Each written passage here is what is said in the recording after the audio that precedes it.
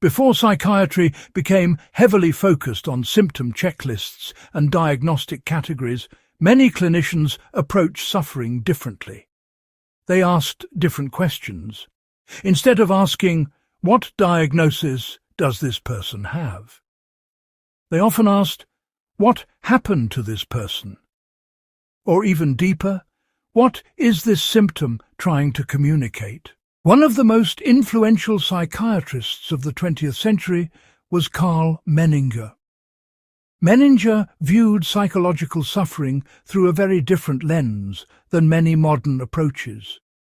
He believed that many forms of mental illness could be understood as difficulties adapting to life's challenges. Not separate diseases in the same way pneumonia and diabetes are separate diseases, but different expressions of human struggle. Different ways people attempt to cope with overwhelming experiences. Different forms of adaptation, some more successful than others, some more painful than others, but meaningful nonetheless.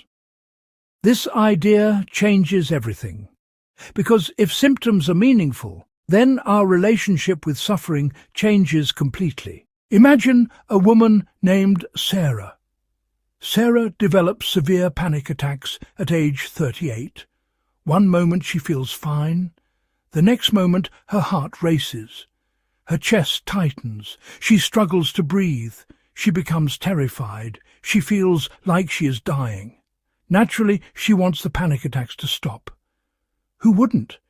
But imagine we become curious, not just about the symptom, but about the person. Why now? Why not 10 years ago?